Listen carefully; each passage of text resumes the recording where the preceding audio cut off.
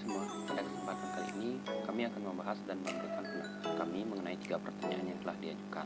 Sebelumnya izinkan kami memperkenalkan diri terlebih dahulu. Perkenalkan, nama saya Kadek Rizky Adi Wijaya, NIM 191030. Perkenalkan, nama saya Nikadera Majunita Putri dengan NIM 191033. Untuk soal pertama, yaitu bagaimana cara Bank Indonesia memelihara kestabilan rupiah. Bank Indonesia sendiri memiliki beberapa cara untuk memelihara kestabilan rupiah. Beberapa cara tersebut antara lain: pertama, yaitu menaikkan tarif PPh impor.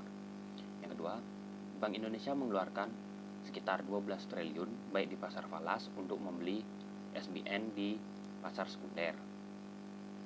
Selanjutnya, dengan melakukan stabilisasi dengan penyesuaian bunga acuan BI 7-day reverse repo rate yang menawarkan swap falas dengan hedging bunga yang murah. Selanjutnya, ada kebijakan biodiesel sebesar 20% yang akan mengurangi jumlah impor minyak.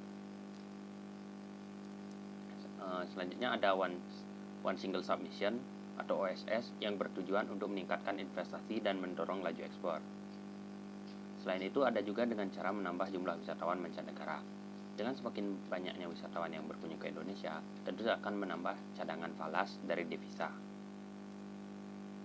Selain itu juga, Bank Indonesia menjaga stabilitas moneter dengan melalui instrumen suku bunga dalam operasi pasar terbuka. Bank Indonesia di sini dituntut untuk mampu menetapkan kebijakan moneter secara tepat dan berimbang. Hal itu dilakukan mengingat adanya gangguan stabilitas ekonomi moneter yang dapat berdampak langsung terhadap berbagai aspek ekonomi lainnya. Berdasarkan hal tersebut, untuk menciptakan stabilitas moneter, Bank Indonesia menerapkan suatu kebijakan yang disebut Inflation Targeting Framework. Inflation Targeting Framework atau ITFF merupakan suatu kerangka kerja atau framework dengan kebijakan moneter yang diarahkan untuk mencapai sasaran inflasi yang telah ditetapkan dan diumumkan ke khalayak publik sebagai tanda perwujudan dari komitmen dan akuntabilitas Bank Indonesia. Berikutnya untuk soal nomor 2, yaitu tentang apa itu KRIS dan apa saja kemudahan penggunaannya. KRIS atau Quick Response Indonesian Standard merupakan sebuah standar pembayaran secara digital di Indonesia yang menggunakan QR Code yang dilakukan oleh Bank Indonesia dan Asosiasi Sistem Pembayaran Indonesia atau ASPI.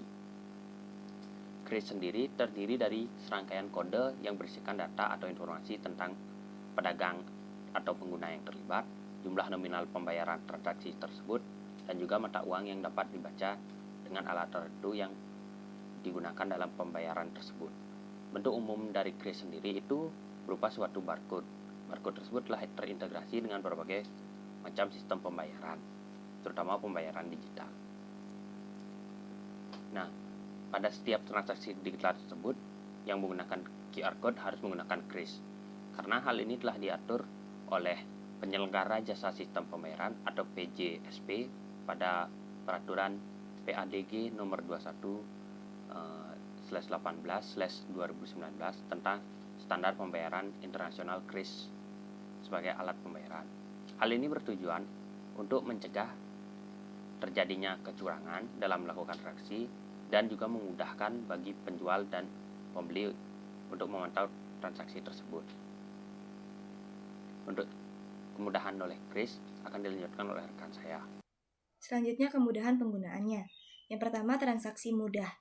Pernahkah kalian melihat di meja kasir terdapat QR kode yang berjejer? Hal itu tidak akan terjadi lagi apabila kita sudah menggunakan KRIS sebagai standarisasi kode pembayarannya.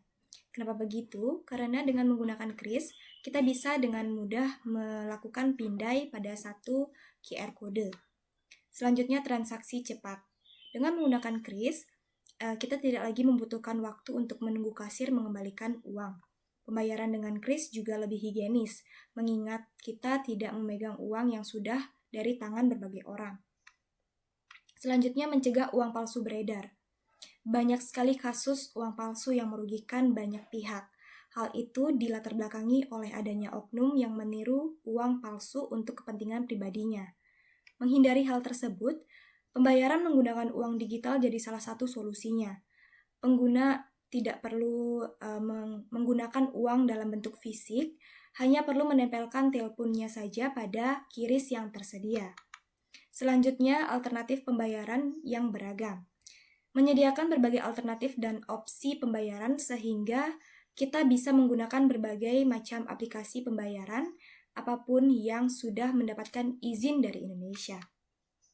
Selanjutnya, kemudahan mendaftar sebagai main chart.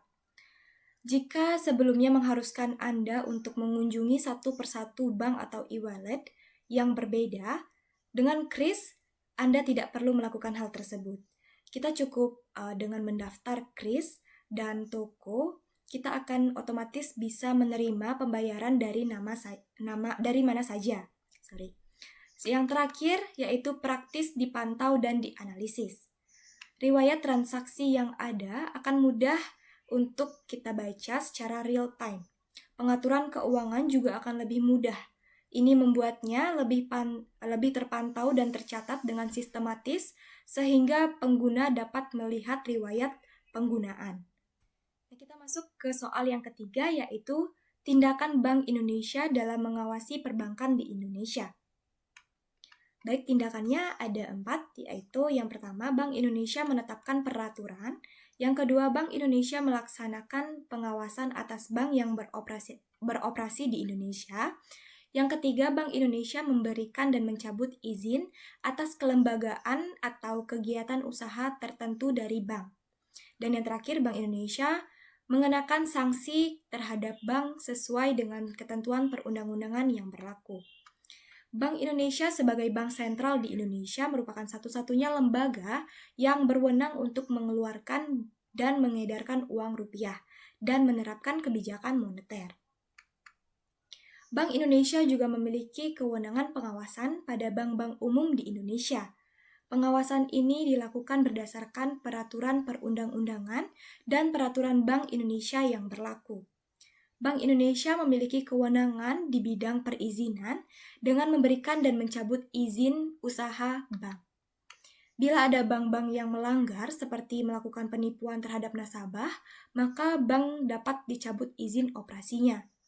Bank Indonesia juga memiliki wewenang memberikan izin pembukaan, penutupan, dan pemindahan kantor bank, memberikan persetujuan atas kepemilikan dan kepengurusan bank, serta memberikan izin kepada bank untuk menjalankan kegiatan-kegiatan usaha tertentu. Baik, sekian video yang bisa kami sampaikan. Kami minta maaf apabila ada kesalahan kata ataupun jawaban yang kurang tepat. Untuk perhatiannya kami ucapkan terima kasih dan sampai jumpa. Bye-bye.